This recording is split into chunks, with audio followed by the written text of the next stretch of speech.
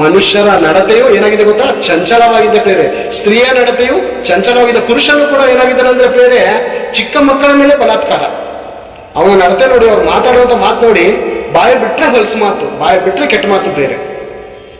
ಯಾಕಂದ್ರೆ ಸ್ತ್ರೀಯರಿಗೆ ಗೌರವ ಒಂದು ಪ್ರೇರೆ, ಒಂದು ಸಣ್ಣ ಪುಟ್ಟ ತಪ್ಪು ಕೆಲವರು ಒಂದು ಒಳ್ಳೆ ಸ್ತ್ರೀಯರಿಂದನೂ ಕೂಡ ಆಗುತ್ತೆ ಪ್ರೇರೆ. ಆದ್ರೆ ಇವ್ರು ಯಾವ ರೀತಿ ಮಾತಾಡ್ತಾರೆ ಗೊತ್ತಾ, ಯೌವನಸ್ಥರು ಕೂಡ ಎಲ್ಲಾ ಸ್ತ್ರೀಯರು ಒಂದೇ ರೀತಿ ಅನ್ನೋ ರೀತಿಯಲ್ಲಿ ಮಾತಾಡ್ತಾರೆ. ಎಲ್ಲಾ ಸ್ತ್ರೀಯರು ಒಂದು ತರ ಇಲ್ಲ.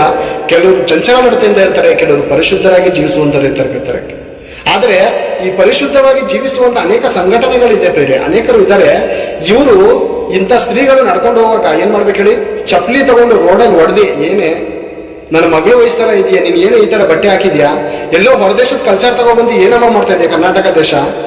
ಒಬ್ಬೊಬ್ರು ದೇವತೆಗಳ ರೀತಿಯಲ್ಲಿ ಇರ್ಬೇಕು, ದೇವತೆಗಳ ರೀತಿಯಲ್ಲಿ ಇರ್ಬೇಕು. ಕುಂಕುಮ ಹಾಕೋ ಪರವಾಗಿಲ್ಲ, ತಲೆ ಹೂ ಮುಡ್ಕೋ, ಮೈ ತುಂಬಾ ಬಟ್ಟೆ ಹಾಕೋ, ಸ್ಯಾರಿ ಹಾಕೋ, ಲಂಗದವನಿ